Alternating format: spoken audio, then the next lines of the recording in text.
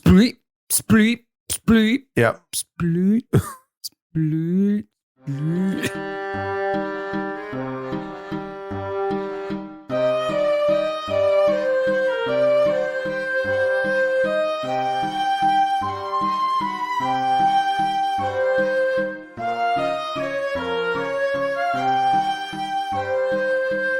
Hello, maniacs. Hey, maniacs. Are we switching it up? Hello. Welcome to the Johnny Carson Show, 1973. No. This is Midsomer Maniacs, a comedy recap podcast of the ITV series Midsomer Murders. Each week, we delve into a new episode of the series and talk about the murders, the mayhem, the loonies, and everything else we love. I'm Sarah, and you are? Mark Bell. What are you looking at me like that for? I just did that off the top of my head. Because you were the one who said we should use our last names, and you constantly forget to use your last name. Everybody knows it by now. Okay. Smith Robbins, okay? You got it? You got it? Okay, that's me. So we're not using last names? I don't care. Okay. I don't care. Happy Valentine's Day. Happy Valentine's Day. If you let your children dress up like Georgian Ponzi people, they're ready for this episode. They can handle the episode. They can handle the podcast. Yeah. There's nothing shocking in this episode whatsoever. No, not. Except the unbelievability of some things. Yes. Episode Shocking. 115, Death by Persuasion, Season 19, Episode 5. But first, it's Badger Month on Midsomer Murders. It is. Yeah. It's badgers. Badgers everywhere. Badgers, badgers, badgers. So the first badger thing is last week's episode, 114.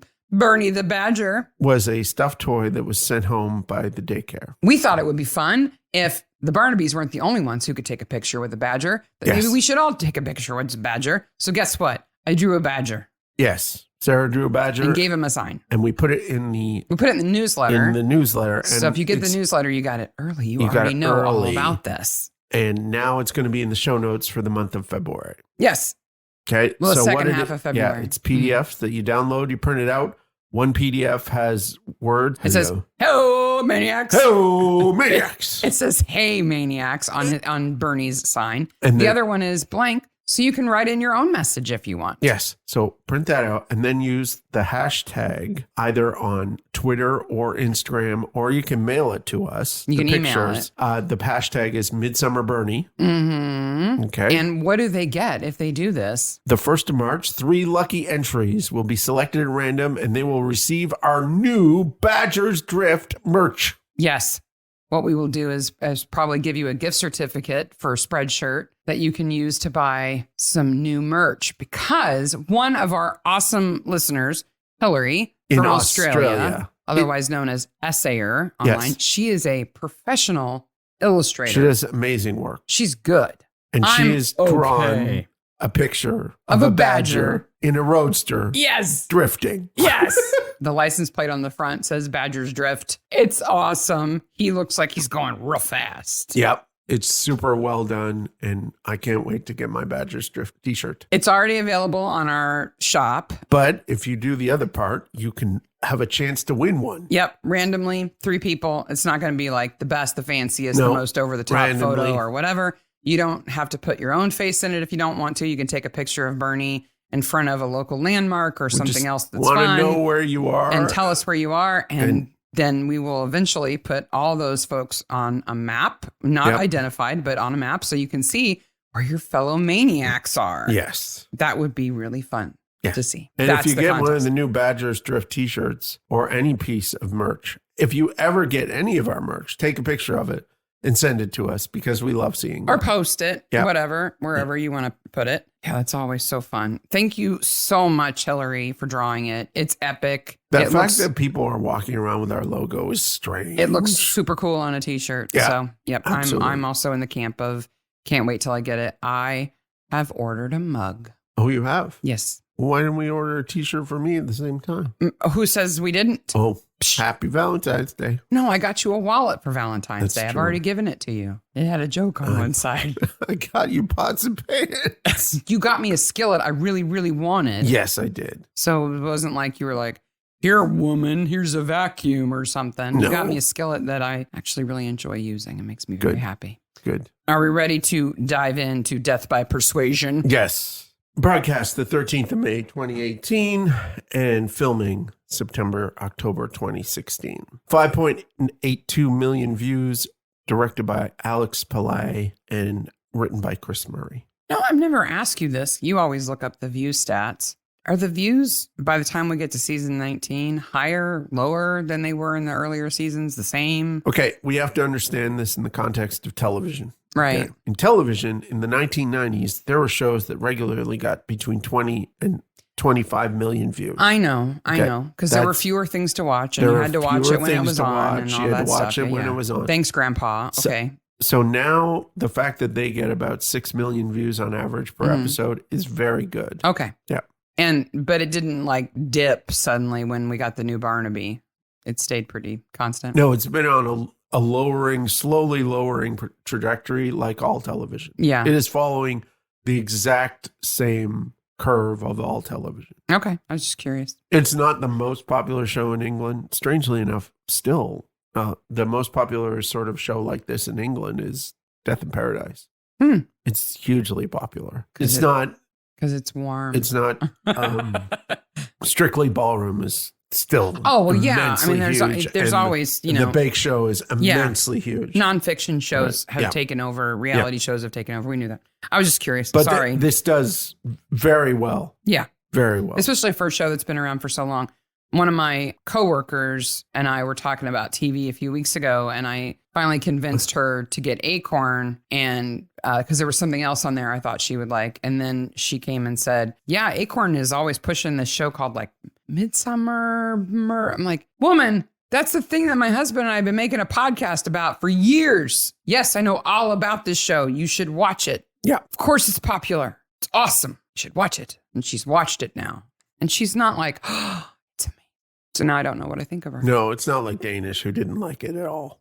Your friend, yeah. You know who I'm talking about if you're out there listening right now. Anyway, I still love you. It's okay. So the other thing news this week is the book that's been out in England is now out in the U.S. Well, it's out Tuesday in the U.S. The Could You Survive Midsomer? Can You Avoid the Bizarre Death in England's Most Dangerous County? By Simon Brew, who's like a TV critic. We've been trying to get him on the show. So Simon, if you know Simon, tell him to reply. Ring him up. We want to get him on the show. So it's like a choose your own adventure book, but we'll get ours on Tuesday. Cool. So we'll maybe do a little book review. It's an interactive novel. My response to the book will be solely based on whether or not he responds to your second email. Well then, Simon. Just got to say, I'll like it a lot more if you agree to come on the show and talk to us about it. I got to agree with that. This is an episode of Midsomer where people wear costumes. No, wait. Okay. Wait, me and Bobby have an idea. Okay. I want to do an episode with drones, and he wants to do an episode with Georgian costumes. Let's do them together. Yeah. What? We'll have super future and super past. Mash them up. But it is kind of cool. It is fun. The opening is cool episode. because you're like, oh, is this actually Midsomer? Is this 1754? Oh, and this is an interesting drone shot they're doing. That's funny. Wait a minute. It's actually... It's an actual drone. It's got crosshairs and stuff. Yep. And it's like being all nosy and zooming in on people. It needed the $6 million man sound. There's somebody in our neighborhood who has a quadcopter and flies it around, especially in the summertime. Yep. And it bugs the hell out of me because it's not stealth copter like these are, apparently. It's like, and they fly it into our backyard like 15 feet away from us while we're standing outside with the dog. You're maybe exaggerating. What are you saying? I've seen it below our roof line. It's not been below our roof line. It has. When I've been outside, it has been below our roof line. And it's so loud. It's very loud. And whoever it is, they're nosy. They are nosy. But I flipped him the bird once. I got to admit, if I had a drone, I'd drive it all over the neighborhood. You'd be like, catch me if you can, coppers. I bought my dad a drone for Father's Day a couple years ago. Not a drone, a quadcopter. We'll get to that. It is an RC helicopter to fly around with a night vision camera on it and everything else. And I don't think he's ever gotten it out of the box because he's afraid of it. It's too confusing. we got one at the same time, and I want to get a better one. Yeah. Because they've improved since then. Of course. And they're really hard to fly. Yeah, they are. Okay. Can we just call them drones? We can call them drones. Until we get to the discussion of what they actually are. Maybe we should just have that discussion now. Okay. Let's just get it out of the way. Let's get it out of the way. Because I'm uptight about it. Yes. Right? A drone, an actual drone, airborne, refers to an unmanned vehicle that doesn't have a pilot, right? So there are military drones. They set them on a path and they fly around autonomously. Like when they're doing satellite imaging and stuff like that. Or for surveillance in war zones, right? So what they used to do in U-2s. Yes. So it flies around all its own and then it comes back to base at a certain time or when the battery gets low. That's an actual drone, right? Like a drone vacuum cleaner. Like a Roomba. Yes. Yes. Roombas are drones. Roombas are drones. Yes. And in reality, most drones look like small jet planes. Yes. Because it takes a lot of brain for it to be autonomous. Yes. What is in this episode are quadcopters, RC quadcopters. Yes. Okay. They're remote controlled. That's why Ronan has to drive it with his joystick. They're not driven by artificial intelligence or anything like that. They're quadcopters. Okay. I got it out of my system. Now, this thing's always annoyed me. And I finally found out why people insist on using the terms interchangeably, why they call RC copters drones. Why? Because this is funny. It goes all the way back to the 1930s. Okay. In the 1930s, the British produced a number of radio-controlled aircraft. They were small, and they were used for training purposes. And the names of them were DH-82B, and for fun, they called them Queen Bees. Okay. And when they made smaller ones, they called them Drone Bees, because they were smaller than the Queen Bees. And since then, RC planes used for the military in the UK have been referred to as drones, colloquially. Oh, I didn't know that at all. Now you know. Now I know. And now I feel a bit more forgiving about people using the term drone for things that are clearly not drones.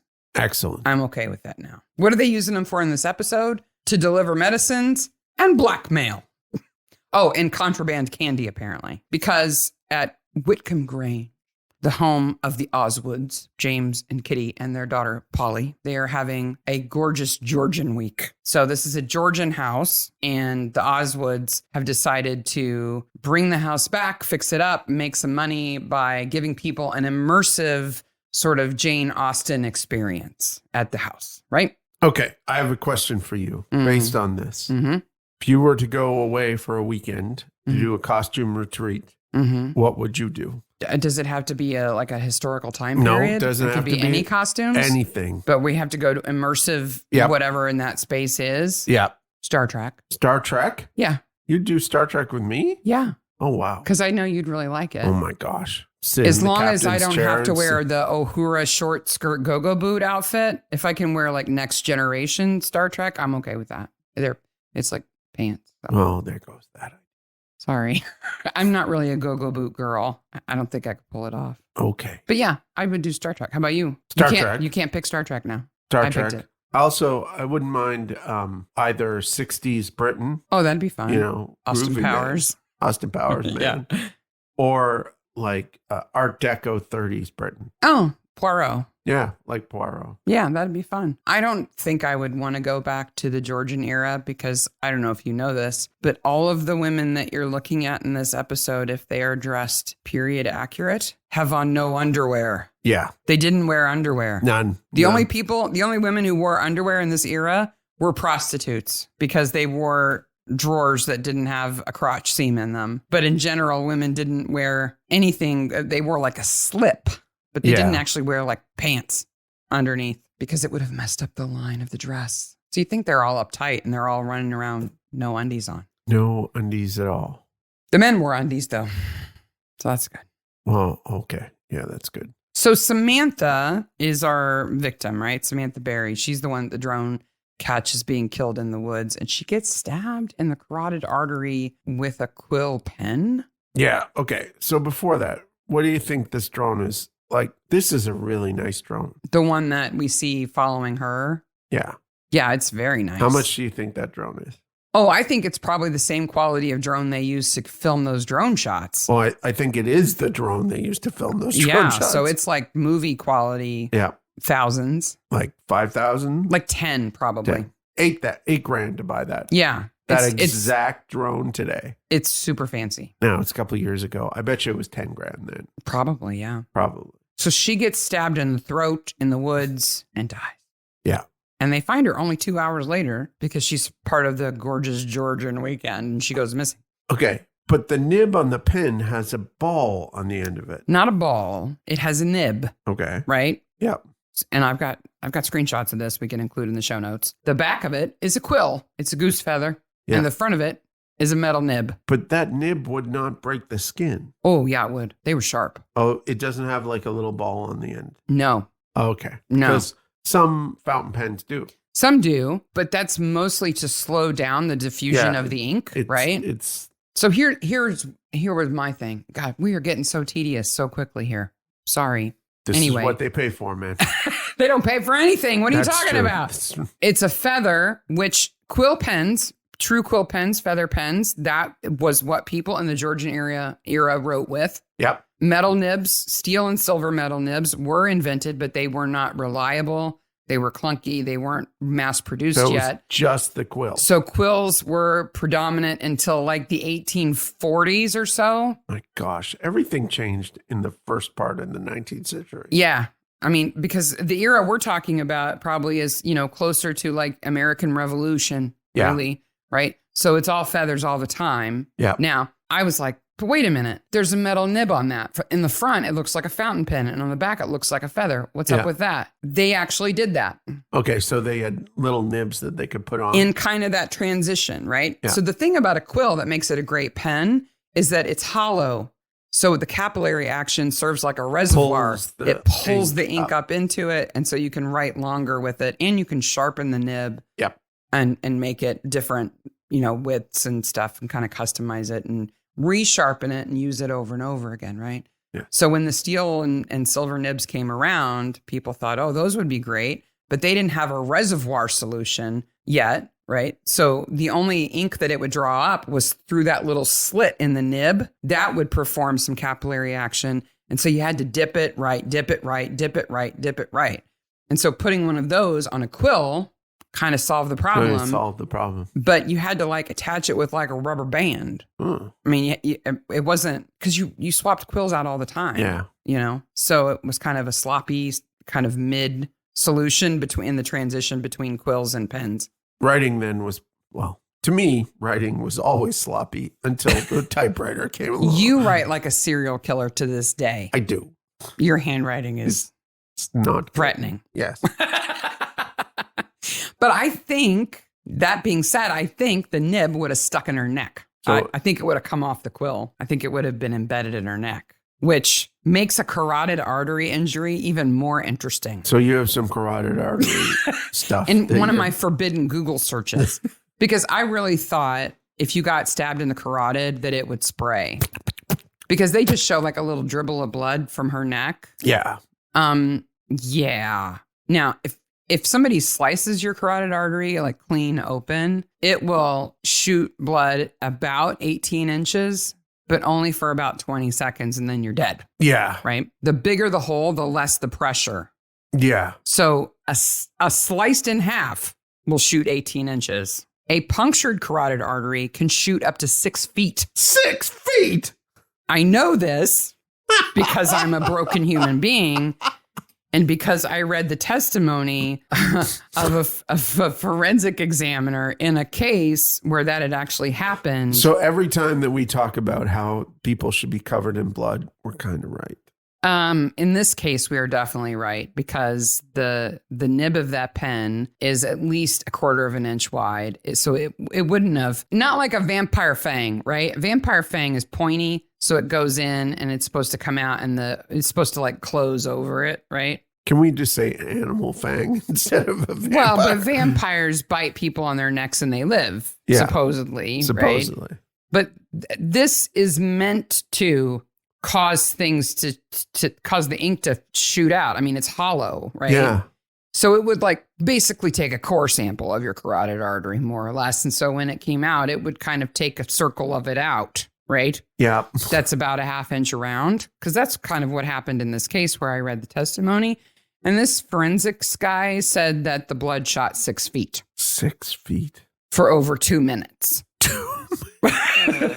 Before the person bled to death. That's a Monty Python sketch. It does. It spurts with your pulse. So it would go spleet, spleet, spleet. Yep. Spleet, spleet, spleet.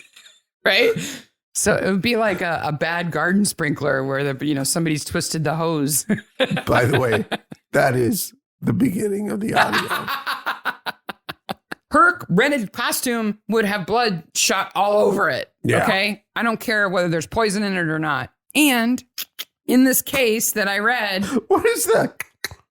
I've got added bonus episode information here. In this case that I was reading about, there was actually some kind of like oil or something on the implement this person was stabbed with. And there was no evidence of the oil on the stab wound. And they were like, see, that couldn't have been the murder weapon or whatever. And this forensic guy was like, oh no, the spray would have been so strong that it would have washed it away. So the poison would have been washed away in this case. Yes. Unless she actually got it via some other entry point, like a hypodermic needle somewhere else. If it was on the nib, not going to work. That sucks. She would have slowly shot blood out and bled to death. She really should have gone wandering back towards the house, shooting blood out of her throat. Maybe hit the drone. Yeah. The camera just goes red. We're so broken. We're so broken. So she was a journalist and she was there being nosy, but pretending to be there for the gorgeous Georgian weekend. And the drone watches. And then bzzz, away. Yep. So then we have a drone going down the street doing a delivery. Yeah, what do you think about these drones flying along the street at like head height? Okay. It seems really inefficient to me. I do agree. The reason why drone delivery is exciting and probably a formality in the future is that drones can fly over roads in opposite direction that the roads go. They don't even have to follow the roads, right? They can go up. So this drone following the road is a little weird. Yeah, especially since it's supposed to be using GPS to find its place, but clearly Ronan is driving it. Like if it was using a map, like if this was a Google Street Map drone, I might understand why it was following roads, but he's flying it. Yeah. So he should be going up and over. And later when Winter maps out the deliveries to see where the drone might have been, lines. He's mapping it as the crow flies, which is not the way the drone works in this episode. Nope. It has to follow the roads, apparently. It's going to take somebody out. It is. Because it flies right at head height. Drone delivery is, people get glossed over eyes when I talk about drone delivery. Because do you talk about it a lot? No, I don't know about that. Because drone delivery is like driverless cars. Yeah. It is an inevitability. Yeah, it is. In 50 or 100 years, people will say, you drove your car? Yeah. That is the worst thing you could have been doing. People actually brought your dinner to your house in their car. You didn't just have a drone drop it off when you ordered delivery? Exactly. And restaurants are the number one reason and area of drone delivery. I think pharmacies are a good target too. That's number two. You're sick and you need medicine. The last thing you want to do is go somewhere. Yeah. So there's actually a drone company in San Francisco's Mission District. It's called Quickie. Okay. Okay. But it's not spelled. No, it's spelled Quicky. No, it's spelled Quiqui. Quickie. And they are doing tests right now in the Mission District in San Francisco to deliver medicine. Yeah, it just makes sense. Yeah, it totally makes sense. But in the episode, there's like a canister with a screw-on lid. They put the medication and they screw the lid on. They deliver it. I almost want a lock on that of some sort, like a passcode or something. There needs to be a passcode. Because otherwise, it's going to go to your neighbor's house and they're going to, steal your whatever antibiotics. But I totally can see like a drone system that has a camera on it so that verifies your face. I go to the door and I open the door and they say, oh, we see you there. Mm-hmm. And they drop off the medicine and then they see you take the medicine, go into your house. Mm-hmm. Because a pharmacist can't be responsible after that anyway. No. Yeah. It's like flying, looking in the windows. Are you taking your pills today? We got enough telehealth now. I don't see why that would be a problem. No. Unless you're bedridden, in which case the drone needs to like come into your house and hover over your bed. You're really sick here. Is there something you wish was drone delivered? Oh, definitely takeout. Takeout. Because it would be so much faster. It would be so much faster. Yeah, definitely food. Food. Especially drinks. After quarantine now. I mean, it's that. Yeah. I want the Dairy Queen drone army. Ice cream delivery. Yes.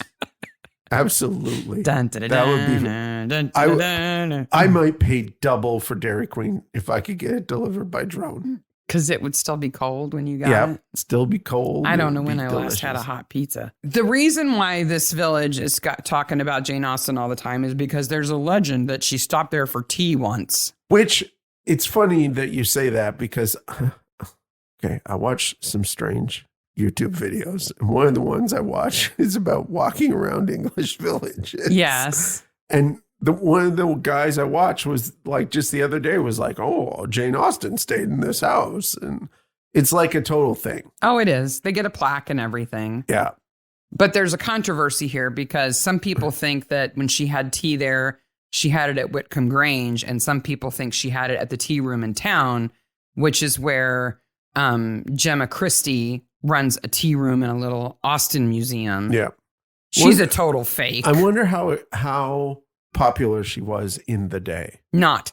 Yeah, I don't think so at all. I mean, she was a woman, first of all. Yeah. Not that that's a problem for me, but in that society, in Georgian society, women weren't exactly, they couldn't vote, they couldn't own property, they couldn't, If I remember correctly, the people who knew her knew that she wrote it. Her sisters, of course, knew. And among their social set, there was an awareness, but she wouldn't have been recognized on the street or anything. It wasn't like that kind of scenario because women just couldn't have that kind of publicity. It just wasn't seen, especially if you were upper class. It just wasn't okay. Yeah, it would jeopardize so much of her chances. Well, she didn't really have to worry about that too much. No, but she's not the only writer in this episode. Yeah, what do you make of that? Sarah Barnaby's writing a historical romance novel out of nowhere. Okay, I've written a detective novel while working a full-time job. Yeah. Okay, I did that. I know.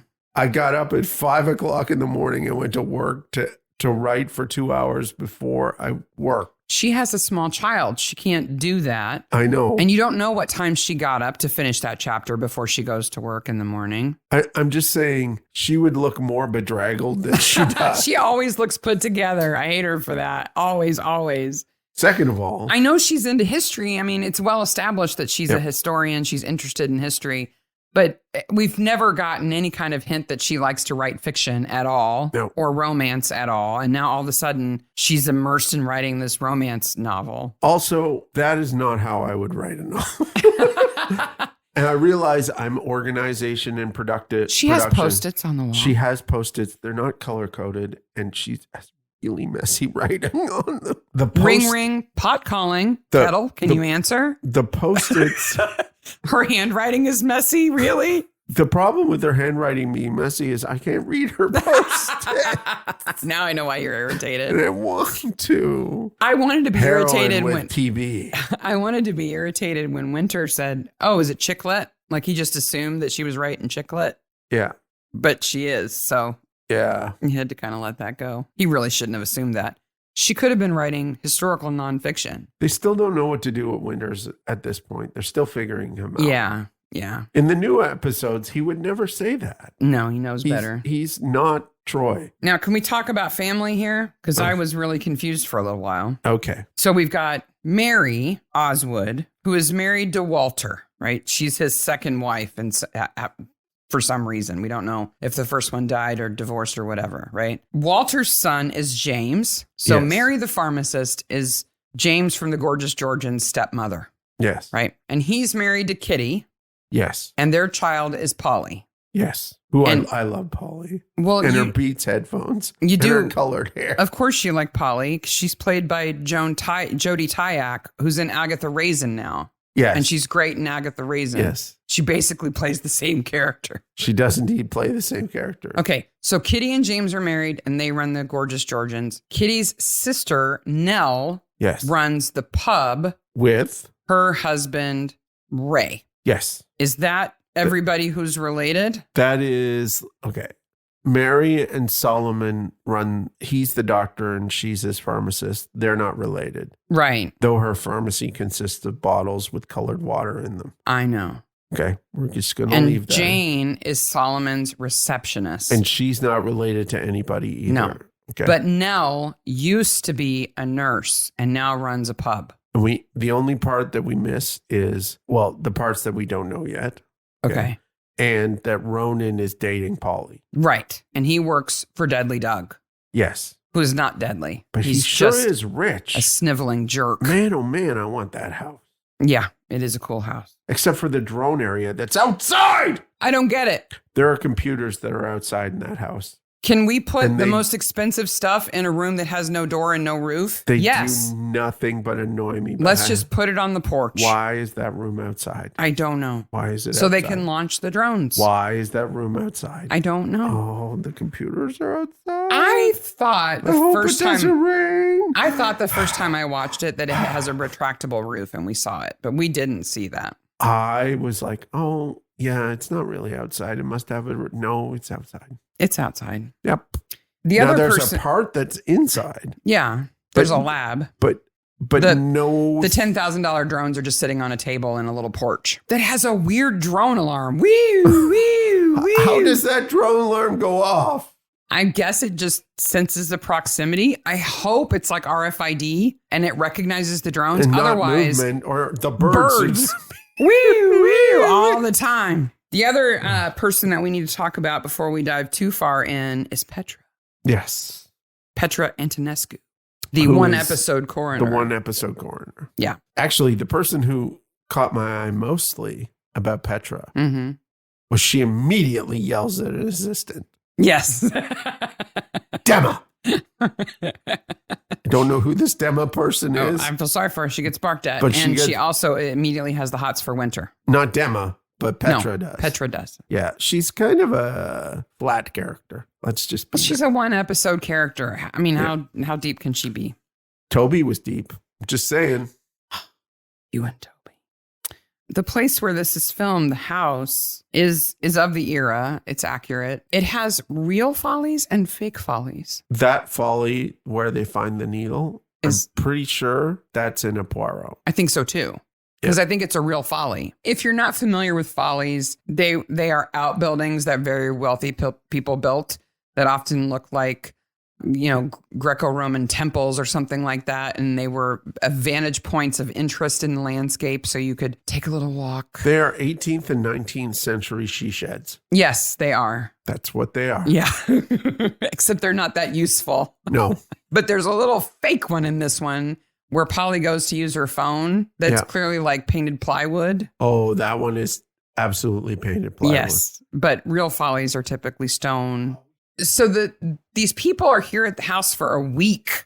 Yes. Not a weekend, a week. Yeah, I could not do anything like this for a week. I would be like, excuse me, I have to go check on my email. Well, and not only that, they have to wear period dress, which is impressive that the Gorgeous Georgians organization is fancy enough to have period dress for these people for 7 days or whatever that fits them and is accurate. But beyond that, it's like they're in prison because all their luggage, their wallets, their phones and everything is kept in one room all together. Yeah. Because when they go to look at Samantha's stuff, she has like a labeled plastic valise that has her wallet and her phone should be in there. It's not. It's totally oblong society. It is oblong society. It is. It's definitely oblong. And that's the other benefit of doing the Star Trek one, because I would be like, oh, I'm using my communicator. This is just my tricorder. It's not an iPhone. It's okay. Yeah. It's okay. Listen, it makes Star Trek sounds. You're a nerd. But it's a level of commitment that I don't think I could buy into. A week. Except James, has a laptop and a phone and everything in his office, so that's Jesus Christ, what is the brazier budget for this show? The oil lamp and brazier budget. That's a good torch at the end, though. It is. We'll get there, but it's a good torch. Kitty's torch is a good one. Yep. So they're having a picnic when they discover that Samantha has been killed. Yes, and we see James Oswood, who is played by Samuel West. Yes. Who was in The Animal Within. We just love. And his Marcus is the guy who played Marcus in the episode. His dad is in Midsomer. Mm-hmm. They're all wonderful people and they do wonderful things. And he's in the new All Creatures Great and Small. Yeah. Which has a new season out on BritBox. Yeah. Also. If you like Samuel West, if you like him in this episode and you like him in All Creatures Great and Small, never, ever, ever watch the Wire in the Blood episodes that he's in. No. Because he's the killer and he is odious. It will change your mind about him. It took me a long time to shake that off because he's so bad. He's not a nice man. I mean, good actor. Yep. Bad character. Yeah. Really bad. Yeah. But no, I much prefer him as this character or as the vet in All Creatures Great and Small. He's much, much better. He likes to play flawed men. And I think he does a good job at it. I think that's a good thing. Yeah, I think so too. Not flawed like Wire in the Blood. I kill people flawed, but really, really flawed. Rapes people too. It's just horrible. Yep. Robson Green's good in that show. I'm nerding out. Anyway, he seems to be bought into Kitty's idea, right? This is Kitty's family home. They've moved away before. They came back. They bought the family home back.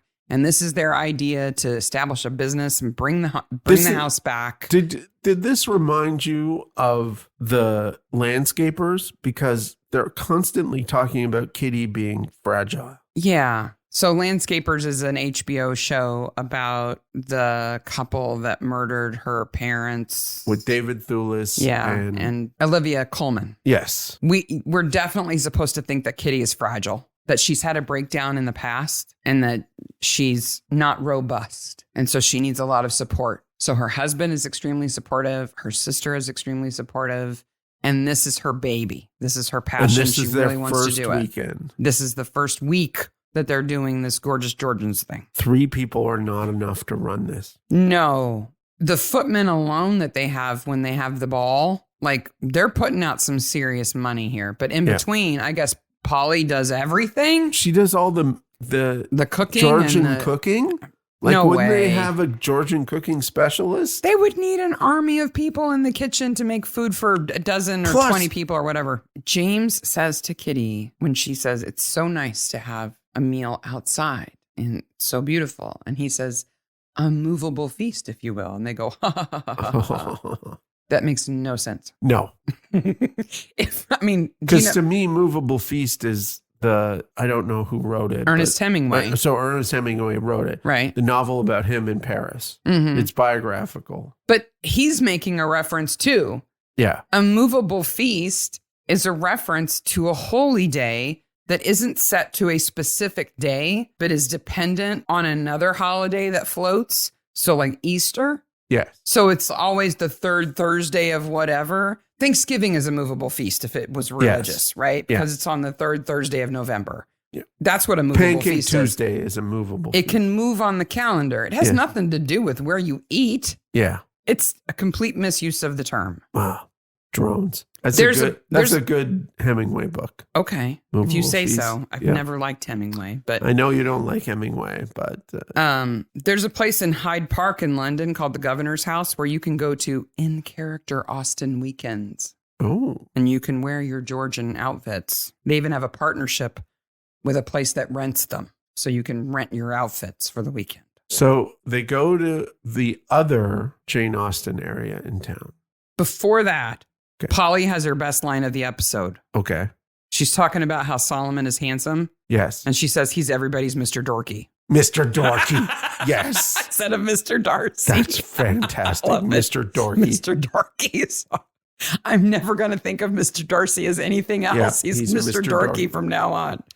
So the other place they go to is the Jane Austen Friendship Circle. Yes, run by Gemma Christie, who does not approve of the Gorgeous Georgian weekend. Now, there's a newspaper here. Of course there is. It has 2 very important things in it. Mm-hmm. The first one is Government Trials Drone Medical Service in Whitcomb Mallet. That's in Samantha's suitcase. Yes. That is the whole point of the episode. Yes. Did you see the other headline in the newspaper? Of course not, but you did, I'm sure. The other headline in the newspaper may be the most atrociously unbelievable thing ever put in a newspaper. Now, wait a minute. This is Midsomer. We've seen UFO headlines. What does it say? Midsomer voted best place to live in England. On opposite day. With a murder rate in its hundreds. How could it be voted best place to live in England? Who is doing the voting for this? Only people in Midsomer.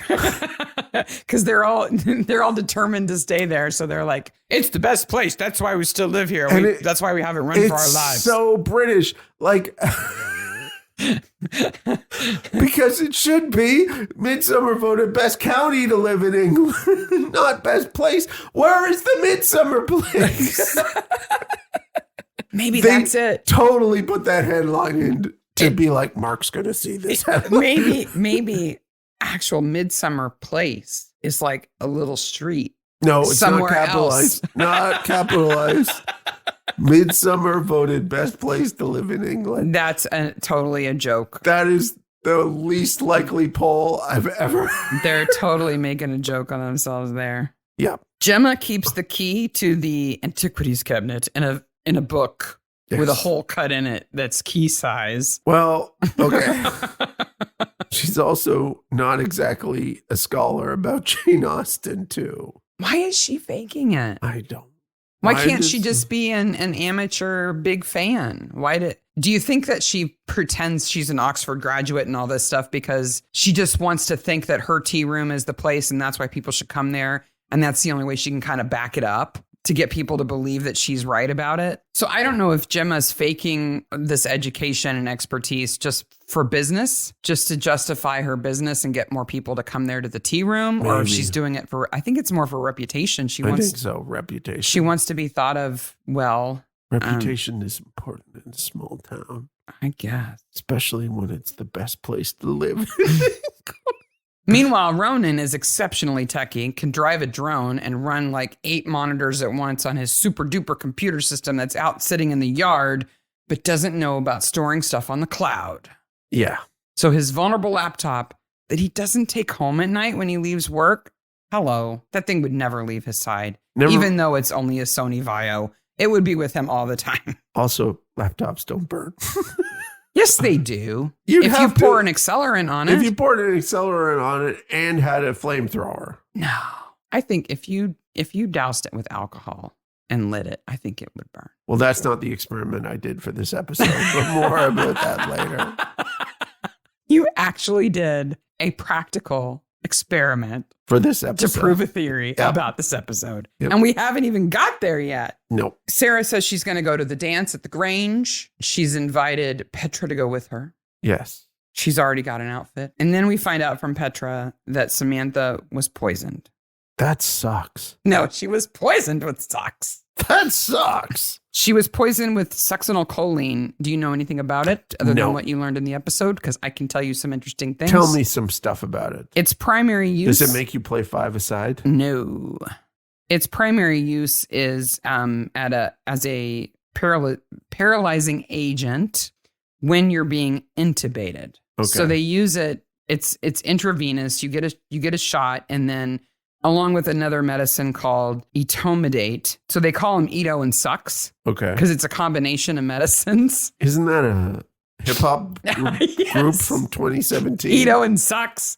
It's a combination of medications they give you when you have to be rapid intubated because it paralyzes your larynx and means that your throat won't shut or spasm and you won't choke when they're intubating you. What's even better, in addition to Eto and SUCC, there's also a reversal agent they give after you've been intubated to relax those muscles again.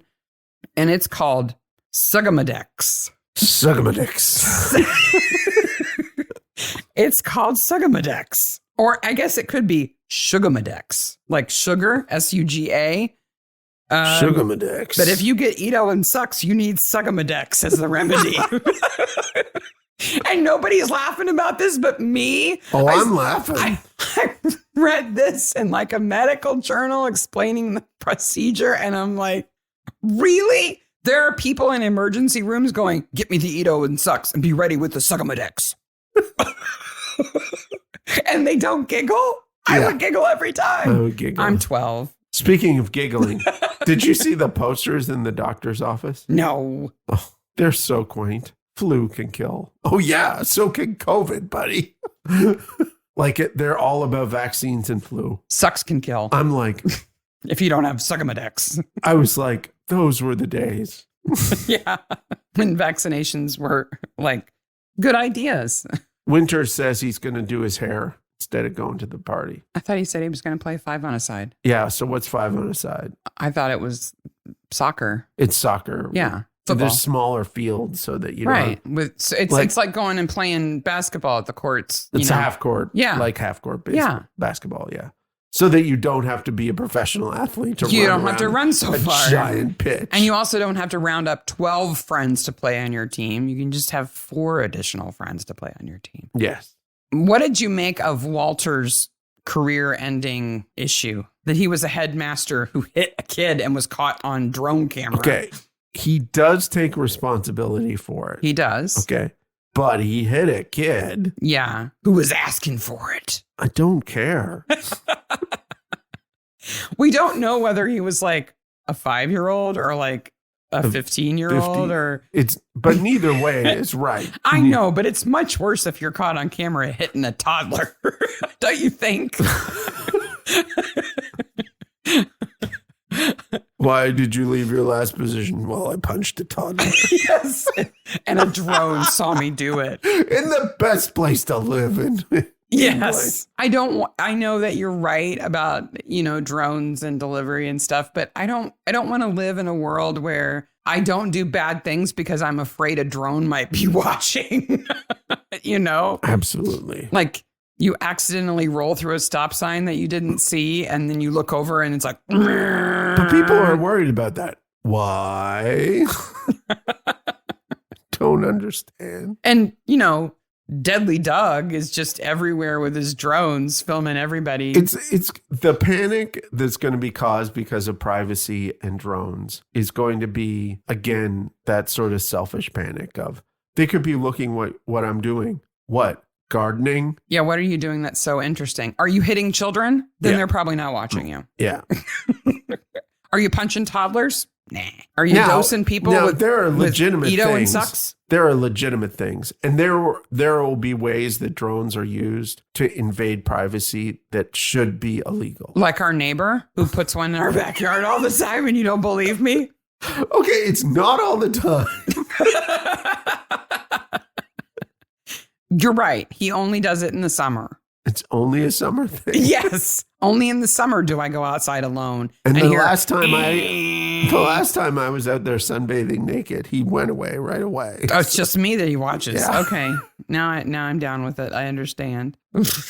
But wow, how bad would that be? Because you've just done something you shouldn't have done. You're immediately remorseful and it's absolutely bad. And then you hear that. And knowing Doug, he probably made the drone do a little dance. And then it flew away. Like, got you, I got you. And then emailed him the footage. I saw you. Another post in the doctor's office says coughs and sneezes spread disease. Oh my God. And global pandemics. Coughs and sneezes spread diseases. Solomon is a bad doctor speaking about things that do things they shouldn't be doing. I don't care that you were in a car accident. You don't just shoot up morphine in a Folly for fun. No. Okay. If you're in that much pain, you shouldn't be hanging out at Gorgeous Georgians. And he would be out of it.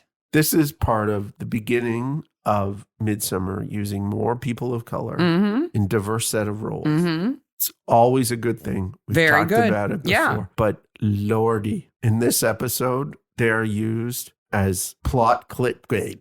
Yeah, yeah. He and Jane are just set dressing Yeah. They don't have a meaningful part to play, unfortunately. You know who's coming to their wedding? Nobody. The red herring. Nobody. Because everybody gets arrested by the time they're in the wedding duds. I love that email, though. I saw you. I saw you. I saw you. I saw you. I saw you. Control C, Control V, Control V, Control V, Control V. And it's like an Arial or something. Yeah, it's an Arial. I would put it in like bloody font. Yeah. There's a lot more scary fonts out there that you use. Because Doug is blackmailing James. Now, we don't know at this point what he saw him doing. We suspect at this point that he saw him killing Samantha. Yes. But that's not the case. No. Then it's time for the dance. Yes. But before we go to the dance, we keep talking about Georgians. Yes. But we've not really talked about Georgians. Okay. And we need to put it in context before we go dancing. Okay.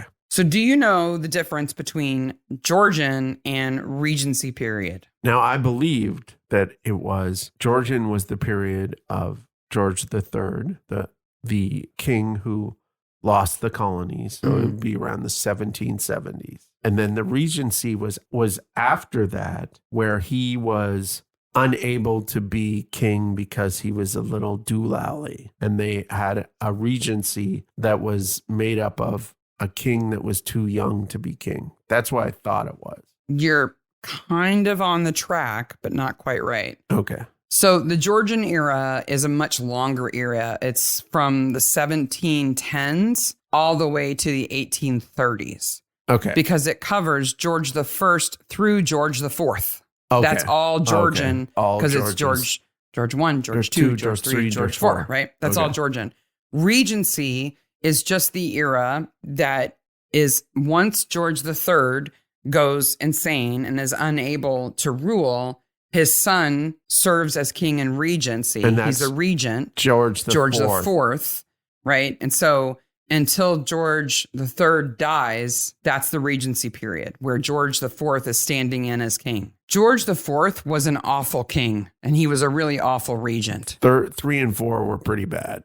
I think 4 was worse than 3. I mean, 3, George III, yes, he lost the colonies, and then he developed dementia, or he had syphilis or something that caused his brain to go. But The Madness of King George is a very good movie. But George IV was a slovenly pig with no manners. I mean, he was horrible, and he basically drained the coffers of the royal family and was embarrassing all over the place. So let's see how much more you know about this period. I'm going to give you a quiz now. Okay. And this is just on the Regency era, which is when the gorgeous Georgian retreat, reenactment, whatever you want to call it, is in the Regency era. Okay. Because that's the Jane Austen time period and all that good stuff. Okay. All right. So we're going to start with some easy ones. These are true, false. Okay. So true or false? In the Regency period, you could rent a pineapple. True. That is true. True. You could. Pineapples were really exotic. Rare and very exotic. Yes. And so if you had a dinner party and you could put a pineapple in the middle of the table with other fruits, you looked very rich. Yep. But at the end of the party, you had to give it back. And they last a long time if you don't get into them. Right. They hardly ever ate them. Yeah.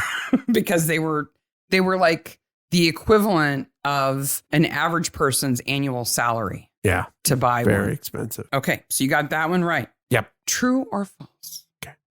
Regency era people loved ice cream, and coffee was the flavor craze of the upper class. Coffee flavored ice cream. I think that's false. Why do you think it's false? Because I don't think they would have been able to make ice cream. Of course they would. And I think coffee was seen as a poor person's. No, this is the era of coffee houses. Okay. I'm wrong. But it's still false. Oh, okay. Because the flavor craze of the day was Parmesan. Parmesan ice cream. Yes. I'm not ordering that from DQ. Do you have Parmesan soft serve? I don't. Smells like fate. I don't know what that would taste like. No, I don't either. They had a lot of savory ice creams. Okay, true or false? The length of the candles determined how long a party was going to be. Let's go true with that. And I mean that you chose the candles based on how long you wanted people to stay, not, oh, the candles have run out. I guess everybody has to leave. Yeah, true. It is true. I'm like 3 for 3 here. You could tell how long a party was intended to go by looking at the candles that the host used. So if you showed up at the dance... Candles were so important before electricity. If you showed up at the dance and there were 4-hour candles and all the candelabras, you knew it was only going to be a 4-hour party. What about the braziers? If you showed up and there were 8-hour candles, it was on. It was stay overnight party. They were going to give you breakfast when it was over. Nice. Like you're going to stay up all night doing your dances. I've got no underwear on. All right. True or false? Regency era houses didn't have real doorknobs. Okay, that's tough because what a real doorknob is. Like, what's a real... Functional doorknobs. True. You're saying they did not have functional doorknobs. Yes, I'm saying they did not have functional doorknobs. It is true. Doorknobs that turned and actually controlled a latch weren't invented until 1878. There you go. So they had knobs that didn't turn. So you just pulled the door. Yeah. Yeah. And to keep it closed, there would have been a latch. Yeah. All right. These are far too easy. Okay. You ready for level 2? Okay. Level 2. Now we're going to multiple choice. I'm 4 for 4 here. And this is all Regency slang. Ooh. I got these questions from a great site called wordwinches.typepad.com. It's a bunch of Regency era authors that write a blog together. They've got really good slang quizzes for all kinds of different eras of time. I wonder how good they are at Wordle. Man, why did you even say that? Okay. All right. If you're under the hatches, are you hiding from authorities, a smuggler, in debt, or in prison? I'm going to go with in debt. That's right. Oh, yes. Why did you think that was the case? Because the other were very dramatic. Okay. I'm not sure about that reasoning, but all right. Worked. Which one of these is not a term for being drunk? Okay. Not. From the Regency era. Okay. By the way, I'm 5. To be shot in the neck, to have eaten whole cheese, to be jug bitten, or to give a tinker's dam. Tinker's dam. That's right. 6 for 6. Oh my gosh. Have you been watching Bridgerton or something? No, but Tinker's dam is like Tempest in a teapot. Teacup. Okay. Teacup. Whole cheese? You thought whole cheese meant being drunk? Whole cheese. Eating whole cheese? Yep. I guess that means you're like face down on the deck of the ship or something. Yeah, I think so. Okay. To plant someone a facer means to present them with an unpalatable fact, to set someone up in a fraud, to plant stolen goods on an innocent person, or just hit somebody in the face. I'm going to go with stolen goods. No. Oh. It means hit somebody in the face. Oh. Man, you planted him a facer. Yep. You got one wrong. I did. All right. Next to last question. Okay. Penultimate question. A bit of muslin is an unhemmed handkerchief, a scullery maid, a skilled pickpocket, or a mistress or lover. A mistress or lover. That's right. Yes. Why do you know so much about? 9 for 10. It's generally lower class mistress or a prostitute. Yep. 8 for 9. He's got a bit of muslin. 8 for 9. Man. Well, you're not going to get this last one. Okay. To be dicked in the knob. Do I have to have that drug to get dicked in the knob? No. Will a drone watch me if I get dicked in the knob? If you've been dicked in the knob, that means you've been cheated at cards, you're a simpleton, you're very drunk, or you've been shortchanged. Simpleton. Yes. Yes. Why did you think that? Because like noggin knob, head knob. So it's like that person has had a head injury, so they're dumb? Yeah. 9 of 10. 90%. You got an A-. Good job. Man, you did well on that. I didn't think you'd do so well. I did. I should have worked harder on my fake answers. Should have. Jeez. So they go to the dance. Yes. The gorgeous Georgian. Sarah's there. Petra's there. Then John and Winter show up in their too tight pants, apparently. Everybody changes far too quickly here. They get access to period appropriate, nice costumes far too quickly. Yes. Like, how many Regency era costume shops are in this Midsummer Village? Because you'd think the people staying at the Gorgeous Georgian's retreat would probably have rented all of them. Yeah. But there's enough left over. There's like a dozen footmen at this thing too, wearing white wigs, just standing around. Never mind braziers. They're paying them, but there's no band. No, there's no band. Nope. But there is elder wine. Because poor Polly didn't remember to order a band. Does she have to do everything? She does. No wonder she's selling the crack. I feel bad for her. She's not selling drugs. She's selling contraband candy. Gummy bears. Yeah. Elder wine, which is actually elderberry wine. I'm just immediately nervous that Petra chooses the red wine because she's wearing a white gown, and so is Sarah. I'm like, you're going to get that all over you, and you rented it. You're going to have to pay a big fee to get that out. Elder wine is also red, so it didn't look red. It looked like champagne color. Yeah, it's red wine. Oh, so if it was elderflower, would it be lighter color? Elderflower wine. Elderberry is dark, but maybe elderflower is lighter. I think it is. Yeah, it is. It's a white wine. So that must be what it is. Yeah. And it's made by fermenting the flowers, like the blossom. How do all these people know the dances? I have a note in my notes that says Winter would not know how to dance. I mean, I would understand it if there was a dance instructor clearly there going, okay, this is how you do it. Now you know. Now let's try it. Yeah. But apparently, British people are just born knowing how to do Regency era dances. So, they're called country dances. Yeah. I wonder if Oxford Lass knows how to do Regency dances. Probably. She'll let us know. Yes, she will. Meanwhile, somebody's got a shotgun. Well, first of all, they follow Polly out into the Folly. She's making a phone call. Right? With the fake Folly, the Folly. Mm-hmm. They have the faux Folly. The faux Folly. Polly and the faux Folly.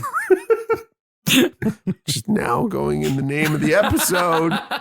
Polly and the faux Folly. Ding dong, Polly's in the faux Folly. They have a lantern. That's a nice touch. Yes. They don't need to do that. But no, it's it's fun. It's a nice little touch.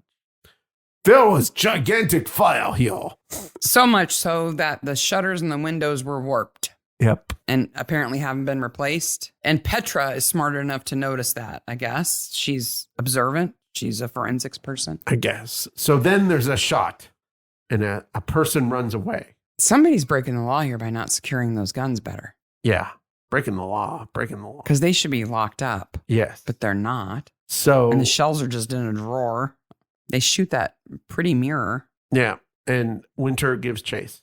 Yeah, he does. In his breeches. This guy's breeches. So and Gemma almost runs him over.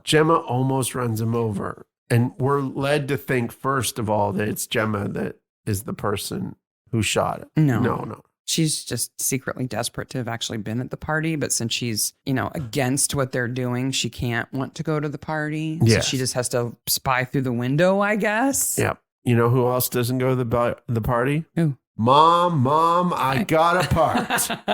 The babysitter. I think this is the first time we've seen a babysitter. Yeah. I immediately went, where's the baby? Asleep. Yeah. And then I realized she was asleep.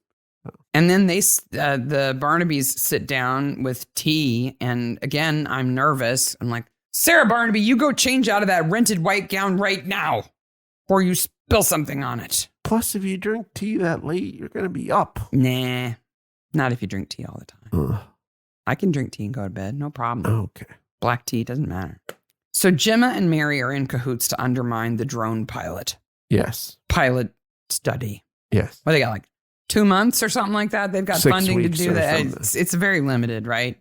To do this experimental. That is the most realistic thing about the drones. That they would get funding for a very short period of time. Yeah, and then there would be a trial. Yeah. Because there's trials. I saw a whole bunch of articles about trials. And it would make sense that they would do a trial in a place like this that's smaller, that probably has an older population that absolutely would find it more convenient. Yep. Though I'm worried that the drones shoot the drugs at the people. No, they just collect blackmail material as they're delivering the pharmacy packages. Okay. There's blackmail all over the place. Yep. So Doug is blackmailing James and Polly is delivering contraband. So she could flip that around on people and get him in trouble. I guess they could get in trouble. Yeah. Kitty might wag her finger at him or something. I don't know. You go home and we keep your money. What? No. No. Taking his dress home with me then. There's nothing redeemable about Deadly Doug. No. Deadly Doug is a jerk. He has a nice house. He has a beautiful house. Yep. That apparently he bought to run a drone pilot for 6 weeks. I guess. Why else would he live there? I don't know. No. Why would he want to live in the same small village where the biggest bully of his life also lives? Because he and James are like arch nemesis, right? Nemesis. James is over it. Yeah. He doesn't care about Doug anymore, but Doug is like, I'm going to get retribution for that thing you did to me 40 years ago. I'm never going to let it go. Okay. Then suddenly we have a story about blue anoraks and unicorns. Yeah. Wow, that drops out of nowhere. They're all over the village. Everybody's got one. Why have we never seen one since the first of the episode? Because Georgians didn't wear blue anoraks. I guess. I don't know. Do you wear your charity run shirts around? Sometimes. I guess. Around the house. Then we have the most egregious suspension of disbelief in this episode. Good Lord. Death number 2. Yeah. Ronan. The alarm goes off. Yep. Incoming drone. Yep. Now he knows this drone must be the drone that he loaned to Ray. Why did he loan a $10,000 drone to Ray? I don't know. Because Ray helped him out after his... Because Ray used to be a policeman and got him back on the straight and narrow when he was younger. So he loans out Doug's drones? I don't think so. I figured it all out. Oh, you're so going to die. I was wrong, but now I've figured it out. Oh, yeah. He can't say, oh, it's you because it's a drone. Yeah. And he doesn't know who's flying it. He has very low dexterity because he doesn't even try to dodge it. This is a dodge roll of a 3. He could probably jump and grab the knife from the drone. At the very least, he could put his arm up to protect himself. The very least. I think this drone is about maybe 10 feet over his head. Yep. The knife can't be super heavy because the drone can carry it. So it can't be like a machete. It's like a Bowie knife at most. It drops on him, and because he's looking up, it goes through his breastbone and into his heart. Now. Which I think is impossible. Faithful listeners. We performed an experiment. You performed an experiment. Because I thought the knife would fall like non-balanced. You thought as soon as you let it go, the handle would... It would flip and the handle would like donk him in the forehead or something. Which would still hurt. Yeah, but it wouldn't kill you. How did she know he was there? How did she... How is Nell such an ace drone pilot? If she wasn't a criminal, she should be working for the military. My goodness. Or Amazon. I take a knife from the knife drawer and go into the backyard with the dog. Yes. Now, I'm terrified that the dog is going to... try to catch the knife. But you did it anyway. Right. So luckily, I go over Olive is space brainy. Oh, you don't know this. I go to the end of the deck, which is about 10 feet in the air of our deck. And Olive followed me. On the deck? On the deck. Oh, so she was in for the experiment. Yeah, okay. So she's in for the experiment. What you doing, Dad? So what you going to do? I lean over the side and I drop the knife and the knife goes... right into the ground? Right into the ground. And it's cold outside, so the ground's kind of hard. Right. So I was like, oh, I guess that could have worked. And I looked down and Olive was looking at the knife. And then she looked up at me like, yeah, I guess so, Dad. That worked. Yep. You going to go get that? Because I'm not going to go get it. That's all you need is Olive running around with a knife in her mouth. Oh my gosh. She gets the zoomies so bad, none of us would have Achilles tendons anymore if she had a knife. This is going to jeopardize your trial. I still don't think that it would have worked because it has to go through serious bone. Would have had to be the sharpest knife. It would have had to be super precise. Ronan has to be super stupid not to move. She had better luck doing this by throwing the knife like a circus trainer. Yeah, yeah. She has better luck if she just flew into him and hoped that the drone's blades would have like chopped his eyes out or something. Yeah, you know, like put him in a blender, basically. It's certainly not a regular or predictable method of death. No, and if he did manage to dodge or it didn't kill him, let's say he put his arm up. He needed a 3. If he did manage to block it somehow and not die, he knows one of 2 people has done it. It's either Ray or Nell because he loaned them the drone. Yeah, he knows it's not him and he knows it's not dangerous, deadly Dan. Doug Dan. Deadly Doug. Deadly Doug Dan. Yes. Then we get the historical plot. It's not quite Regency history. No. But it's historical. That 28 years ago, this fire that Petra sussed out was set at the house and that some guy who used to hang out there named Johnny, because, you know, bad boys are always named Johnny. Look out. That he set the fire at the Grange and went to jail for 20 years and he was Kitty's boyfriend. So this is 28 years ago. Yeah. Okay. So the timeline's a bit weird here because 28 years There's ago. 8 years missing. We don't know what's going on. And because Johnny actually died only 2 months ago. Right. Johnny got out of prison. Yep. Came back looking for Kitty. Yep. Found Nell. And Nell said, was like, she doesn't want anything to do with you. You go away. Yeah. Meanwhile, he finds his long lost daughter, who he somehow conceived while in prison. You got that, did you? Because Samantha is his daughter. And she is not. But she's in her 30s. Or no, they say she's in her late 20s when they ask, are you missing? Is there a woman missing who's in her late 20s? Yeah. So he must have knocked somebody up right before he went to prison? Yep. Not Kitty? I guess. But he's the love of her life? Maybe, I guess. Maybe the other woman he was going to see? Maybe? I don't know. know. Kitty's so fragile. Well, Nell sent him away, but not before he'd found his daughter and said, I went to prison because I stuck up for my girlfriend who actually started the fire. So I spent 20 years in prison and wasn't a part of your life because of her. And so Samantha's like, oh, yeah? Yeah. I'm going to go find her. Yep. So she goes to find Kitty. Yes. And that's how she ends up at Gorgeous Georgian. And she runs into Nell. And Nell takes her out. Because she's going to confront Kitty about it. And Nell doesn't want that to happen because Kitty's so fragile. Okay. She can't handle it. So the other plot that comes out is I'm the gay. Oh, wait a minute. I'm the gay too. We're the gay together. Well, that we find out that Deadly Doug is blackmailing James, not over the murder. No. Or something else. He's blackmailing him because he's got drone footage because Doug's drones are everywhere of James and Ray, who are brothers-in-law. Yes. Kissing, proving that they're in a relationship. Yes. And he's going to tell Nell and Kitty. They're very much in love. James is willing to give him $100,000 to stop that. Yep. Like, that's a lot of money. That's a lot of money. A lot of money. So we've got that plot going on too. Kitty's awfully fragile. Goodness knows what's going to happen to Kitty when she finds out about that. And so we have Kitty on the stairs, which is the last scene. Kitty's, woo! Kitty finds out now she's got every right to be upset. She's been married to this man for years and years and years. They have a child together. Both wives have every reason to be upset. Yes. Okay? Yes. But they also... When you and your sister find out that your husbands have been having an affair... Yes. For 20 years. That is a time to be mad. That's devastating. Yeah. It makes you question everything that's happened in that whole time, right? Yep. All your relationship, everything you thought you knew. But the way Kitty expresses that devastation is by lighting a torch and threatening to light James on fire. It's a really nice torch. It's a strange reaction. It is. Well, she's fragile.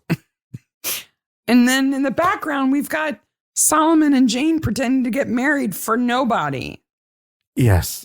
And Barnaby and Winter show up and slowly go to the back of the house. Yeah. I'm like, hurry.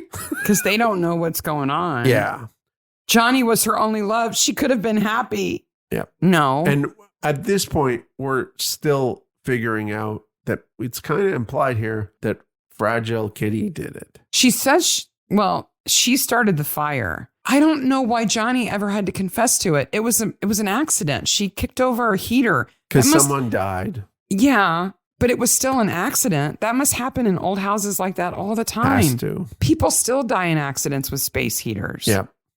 She could have confessed that. She could have said, I got drunk because I was sad because I thought my boyfriend wasn't going to be with me anymore. Yeah. And I kicked it over and I ran out because I was scared of the fire. I didn't think anybody else was there. The housekeeper was there and she died. And that's tragic, but nobody had to go to prison. No. Nobody. At the most, Kitty might have gone away for a little while, like a year. Yeah. For not calling 999 or something before she ran out. Probably needed a break. She needed a break? Wouldn't have done her any problems to take a break. Well, she couldn't have handled prison. She wouldn't have survived. No. She's fragile. Well, Nell takes care of things. When did she learn how to fly a drone? I have in my notes. And when did she learn to fly a drone? And when did Winter learn how to drive a drone so well? Because he can deliver beer by drone and not spill it. Yeah. That's impressive.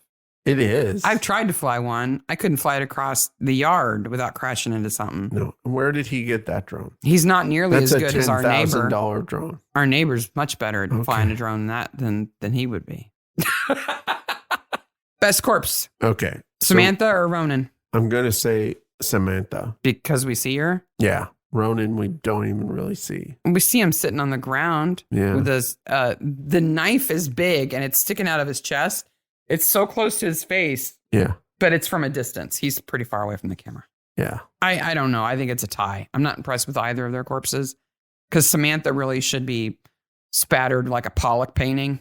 Yeah. I'd be more impressed if she was. Yeah. And, you know, it really would have been, the knife would have been much more credible if he had went like, what? And it had gone down his throat and killed him. Yeah. That would have been a good corpse. Yeah. And a more credible way to die. Yep. But probably not going to pass the ITV censors. Man, come on. That's there why are there's old ladies who watch this show. That's why there's not projectile bleeding. Yes. That's what they call it. After the credits? After the credits. Gemma has some problems with her tea shop. You know, I don't think anybody's going to care. Do you think the trial's going to go forward and be successful? With Nell? No, the drone trial. Oh, yeah. But what will probably happen is that it will come out that Deadly Doug was trying to blackmail people and is a bad person. Yeah. And so in theory, it's a good idea, but the contract will be given to somebody else. I don't think he's going to go to jail, but I think maybe his reputation is ruined. Yeah, I'd say so. I think Ray and James live happily ever after. I think so too. Solomon and Jane could live happily ever after. I don't know how much of their romance is staged for Gorgeous Georgians and how much of it is real. Yeah, I don't know either. Petra disappears. Petra goes back to where she came from. Yeah. Because, you know, Winter is more in love with Cam. What? Whatever. I don't think so. Kitty's sad. Oh, in jail? Why is she going to jail? I don't know why they take her away, except that maybe she's actually suspected of murdering the housekeeper and letting somebody else take the rap for it. And, you know, threatening the life of her husband with a torch. So maybe she could cool off a bit. I hope Polly takes all her money and still goes to the Ibiza. Yeah, I hope she and Ronan go traveling. Well, she can't go traveling with Ronan. She's got to go by herself. That's too sad. Yeah, it is sad. I don't think they were love of each other's lives. I love that Polly's crying that Ronan is dead and Kitty comes in and goes, I know all about first loves. Yeah, you let yours go to prison for you. Yeah. You're broken. Kitty's broken. Fragile. I hope Polly spends lots of time with her dad, who clearly cares about her. Yep. And his awesome boyfriend, and they are super happy together and run the pub as a big family. Yes. Because Nell's not going to be running the pub. Nope. Mary and Walter can be old and grumpy together. Yeah. And I think Walter will be supportive of James and Ray. I think so too. I think that'll be all right. And Mary will probably go, you know, maybe drones aren't so bad after all. I think with both of them, it's kind of a situation of, yeah, we all knew, dude. Maybe. Yeah. And that's it. Yep. That's everybody. That is Death by Persuasion. We got Polly and the Faux Folly. Episode 116 next. The Curse of the Ninth, season 19, episode 6. That's on the 23rd, 1st of February. 28th of February, episodes 117, The Ghost of Coston Abbey, season 20, episode 01, and then maybe something special. Something special. Future there. Yeah. In the meantime, download those Bernie the Badger pictures. Spotify reviews, Midsomer Maniacs on Twitter, Instagram, and email. Post to Facebook groups on Midsomer and Acorn and the subreddit. Give us reviews on Apple iTunes and Spotify. We've got 5-star reviews from Spotify already. It's great. Which is fantastic. Thank you so much for doing that. We appreciate it. Like Helps and other people find the show. subscribe on YouTube and hit the bell. Of all of our viewers on YouTube, how many do you think are subscribed? I don't know. 49%. Get on that button, folks. Click that button. That's the only thing left before we can have a community page is subscriptions. Then we can do watch parties and all kinds of fun stuff. Watch parties and all sorts of super interesting We could be doing fun things on YouTube. Yep. Since Midsomer is on YouTube, we can do stuff there. And subscribe. Please. Hit that bell. And go check out the new shirts just to see the design. It's all, you don't have to buy anything. Just check it out. It's cool. Yep. It's really cool. And take your picture with Bernie. Yep. Bernie Midsomer is the hashtag. Send it to our email, our Twitter, or our or our Instagram. Yeah. Thanks again, Hillary, for that awesome design. We really appreciate it. Hillary's awesome. Yeah, absolutely. All right. Until next time. Bye, Maniacs. Bye, Maniacs.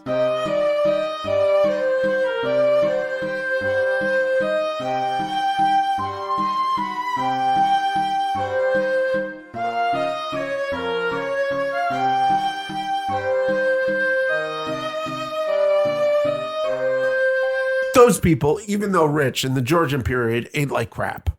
They ate like cold meat constantly. Yes. Not that cold meat is bad, but they ate fatty, cold, and gross. Things that took preparation if you were fancy. Yeah. Lots of jellies. Lots of aspics. Yeah. Meat flavored jelly is right out. The aspect of aspic is gross, whatever it is.